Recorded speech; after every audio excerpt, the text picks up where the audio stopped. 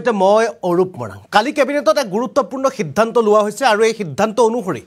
এতিয়াৰ পৰা মুছলমান জনতাসকলে তেওঁলোকৰ যি ধৰ্মীয় নিয়ম নীতি আছে এই নিয়ম নীতিয়ে তেওঁলোকে এতিয়াৰ পৰা বিয়াত বহিব নোৱাৰিব কিয়নো এতিয়াৰ পৰা মুছলিম মেৰেজ এক্ট এণ্ড ডিভোৰ্স যিখন এক্ট আছিল এই এক্টক বাতিল কৰা হৈছে আমি জনাইছো এটা গুৰুত্বপূৰ্ণ খবৰ ৰাজ্যৰ প্ৰতিগৰাকী মুছলমান লোকৰ বাবে এক ডাঙৰ খবৰ অসমত বাতিল কৰা হল মুছলিম মেৰেজ এণ্ড ডিভোৰ্স এক্ট 1995 এতিয়াৰ পৰা স্পেচিয়েল মেৰেজ এক্টত হ'ব বিবাহ বাল্য বিবাহ ৰোধ কৰিবৰ বাবে চৰকাৰৰ এক বৃহৎ সিদ্ধান্ত শীঘ্ৰেই অসমত প্ৰৱৰ্তন হ'ব ইউচিচি 18 বছৰ তলৰ যুৱতীয়ে বিবাহ বহিব নোৱাৰিব এই আইনৰ সৈতে জড়িত চৰকাৰী কাজিক দিয়া হ'ব ক্ষতিপূৰণ এগৰাকী কাজিয়ে ক্ষতিপূৰণ হিচাপে দিব লাগিব 2 লাখ টকা ৰাজ্যৰ প্ৰতিগৰাকী মুছলমান লোকৰ বাবে এই সময়ত এটা ডাঙৰ খবৰ আমি জনাই আছো কিয়নো কালিৰ দিনটোত কেবিনেট বহিছিল আৰু কেবিনেটৰ এক ডাঙৰ সিদ্ধান্ত লৈছে আৰু এই সিদ্ধান্ত অনুসৰি এতিয়াৰ পৰা মুছলমান যিসকল লোক আছে মুছলমান লোকসকলে তেওঁলোকৰ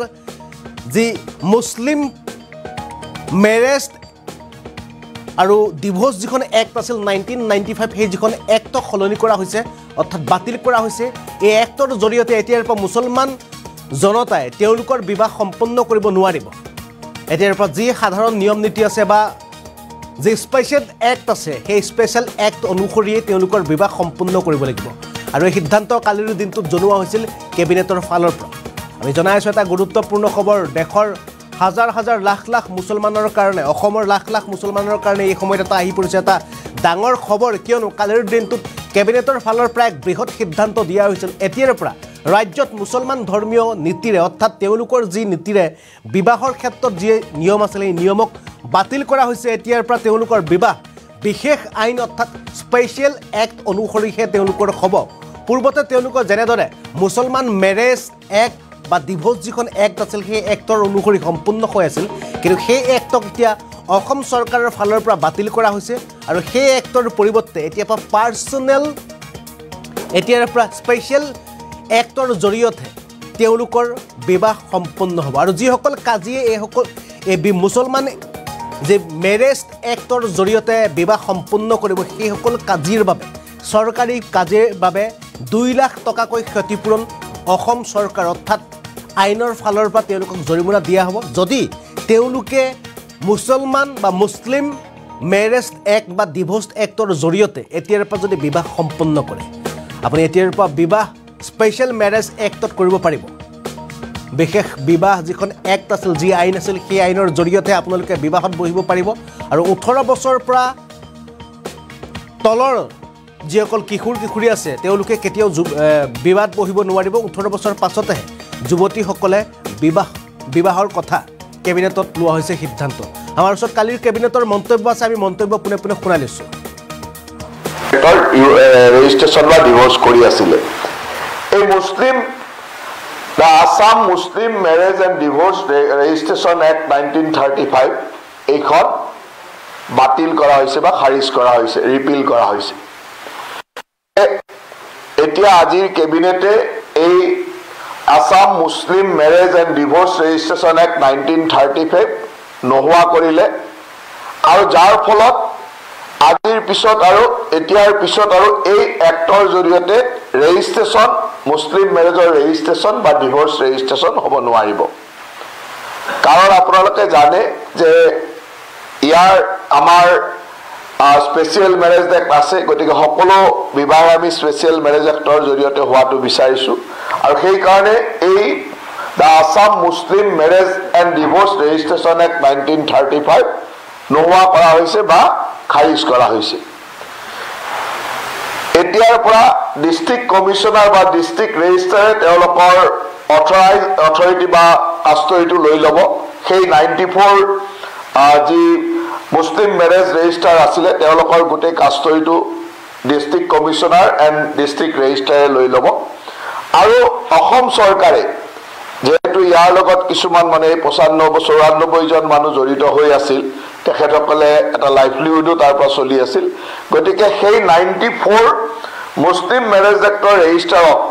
এটা ওৱান টাইম কম্পেনচেশ্যন বা ক্ষতিপূৰণ হিচাপে 2 লাখ টকাকৈ দিয়াৰ সিদ্ধান্ত লৈছে চৰকাৰে তেওঁলোকে 2 লাখ টকাকৈ পাব এটা ওৱান টাইম কম্পেনসেশন তেওঁলোকে ক্ষতিপূৰণ এটা এককালীন ক্ষতিপূৰণ 2 লাখ টকাৰ ক্ষতিপূৰণ পাব আৰু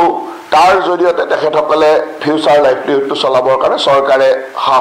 এই 2 লাখ টকা এটা সহায় কৰিব ইয়াৰ মূল উদ্দেশ্য আছিল যে আমি ইউনিফৰ্ম সিভিল কোডৰ ফালে যোৱা আৰু ব্ৰিটিছৰ দিনৰ পৰা চলি অহা ইমান আওপুৰণি এখন এক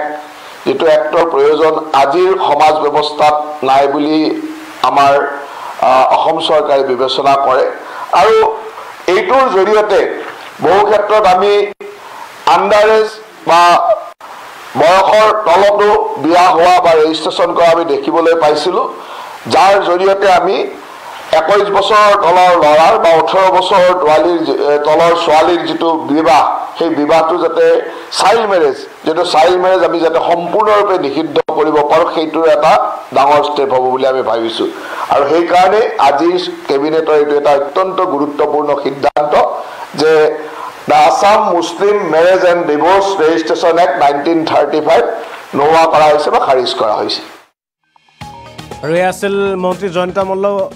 বৰুৱাৰ মন্তব্য কালিৰ দিনটোত কেবিনেটৰ সমাপ্তৰ পিছত তেওঁ এনেদৰে সাংবাদিকক সম্বোধন কৰে আৰু তেওঁ জনাইছে যে 1935 যিখন মুছলিম মেৰেজ এণ্ড ডিভোৰ্চ এক্টক ইতিমধ্যে বাতিল কৰা হৈছে আৰু সেই এক্টৰ পৰিৱৰ্তে এতিয়াৰ পৰা স্পেচিয়েল মেৰেজ এক্টৰ জৰিয়তে তেওঁলোকৰ বিবাহ সম্পন্ন হ'ব লগতে তেওঁ এটা কথা উল্লেখ কৰিছে যে অসমত অচিৰেই হয়তো UCC লাগু হ'ব অৰ্থাৎ লাগু হোৱাটো প্ৰায় নিশ্চিত অৰ্থাৎ UCC ইউনিফৰ্ম সিভিল কোড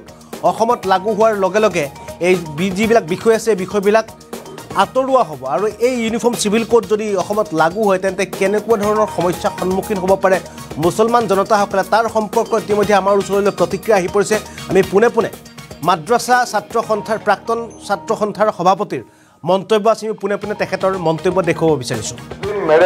যদি UCC বলবৎ হয় অসমত বা ভাৰতত তেনেহ'লে আমাৰ যেটো মুছলিম আইন আছে আমাৰ ধৰ্মমতে যেটো UCC বলবৎ কৰিলে এই ধৰ্মৰ আইনটো আমাৰ কাটি যাব ধৰ্মীয় যেটো বিধি বিধান সেইটো আমাৰ কাটি যাব আৰু আমাৰ যেটো মুছলিম সমাজ আছে এই সমাজত উশৃংখল পৰিবেশৰ সৃষ্টি হ'ব আমাৰ গতিকে এই আমি সদৌ অসম মাদ্ৰাসা ছাত্ৰ সন্থাৰ প্ৰাক্তন সভাপতি হিচাপে আমি এই UCC আইনটোৰ বিৰোধিতা কৰিছোঁ এইটো আমাৰ অসমত হ'ব নালাগে যদি হয় তেনেহ'লে আমাৰ ভৱিষ্যত যেটো আমাৰ প্ৰজন্ম উঠি আহি আছে তেওঁলোকৰ যেটো উশৃংখল পৰিবেশ সৃষ্টি হ'ব সেই পৰিবেশটো এটা সমাজৰ বিনষ্ট হৈ যাব গতিকে আমি এইটো বিৰোধিতা কৰিছোঁ যেহেতু বিবাহ কাৰ্য যি সম্পাদনা কৰা হয় মুছলিম মেৰেজ এক্ট অনুযায়ী বা অসমত যিসকল কাজী আছে তেওঁলোকে শৰিয়া নিকাহ পঢ়ায় কিন্তু সেই নিকাহটো যেহেতু নাথাকে গতিকে সেই নিকাহ নাথাকিলে কিবা অসুবিধা হ'ব নেকি ভাৰতত বিভিন্ন ধৰ্ম আছে বা গোটেই পৃথিৱীত যিমান ধৰ্ম আছে সকলোৰে ধৰ্মত যাৰ ধৰ্মমতে এটা বিধি বিধান আছে বিবাহত যেটো বিবাহ আমাৰ মুছলিমতে যেটো বিবাহ হয় অন্য ধৰ্মতো তেনেকুৱা বেলেগ ধৰ্মমতে বিবাহ হৈ থাকে যদি UCC বলবৎ হয় তেনেহ'লে আমাৰ বহুত ক্ষতি হ'ব আমাৰ সমাজত উশৃংখলৰ যেটো পৰিবেশ সৃষ্টি হ'ব আমি ভৱিষ্যত এইটো টিকি থাকিব নোৱাৰিম গতিকে আমাৰ এই UCCটো যেটো বিবাহ ক্ষেত্ৰত বলবৎ কৰিব খুজিছে চৰকাৰে আমি এইটো বিৰোধিতা কৰিছোঁ যদি তেনেকুৱা হয় তেতিয়াহ'লে আমি ভৱিষ্যতত আমাৰ গণ আন্দোলন কৰিবলৈ আমি বাধ্য থাকিম যদি UCC বলবৎ হয় অসমত বা ভাৰতত তেনেহ'লে